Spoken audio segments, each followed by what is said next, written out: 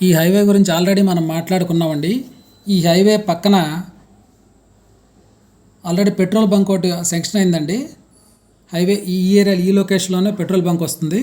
Already వర్క్లు నడుస్తూ workers కూడా వచ్చి వెళ్తున్నారు. ఈ పెట్రోల్ బంక్ పక్క గజం 16,000 నుంచి 18,000 నడుస్తుందండి. అయినా అమ్మేవాళ్ళు లేరండి. నేను ఇది ఇందాక చెప్పినటువంటి 7 ఎకరాలు డిటీసీపీ లేఅవుట్ అండి. ఇది ఒక పెద్ద సంస్థ 2016లో 7 ఎకరాలు మొత్తం 80 ప్లాట్లు వేసిందండి. అన్ని ప్లాట్లు చాలా స్పీడ్గా సేల్ చేసిందండి. ఇప్పుడు రీసేల్ లోపలైతే గజం 12,000, రోడ్ దగ్గరకు వస్తే 16 నుంచి 18,000 అండి. ఒకవేళ కొందామని అమ్మేవాళ్ళు ఎవరు లేరండి. కృష్ణా జిల్లా ముఖ్యపట్నం మచిలీపట్నం అండి. బ్రిటిష్ వాళ్ళ టైం నుంచి మంచి చరిత్ర ఉంది మచిలీపట్నం. ఇప్పుడు వచ్చినటువంటి గ్రీన్ఫీల్డ్ పోర్టు వల్ల మచిలీపట్నం యొక్క దశ మొత్తం చరిత్ర మారిపోబోతుందండి. ఇది అమరావతికి అనుసంధానించబడుతుంది, కలపబడుతుందండి. అమరావతితో కలిసిపోతుంది.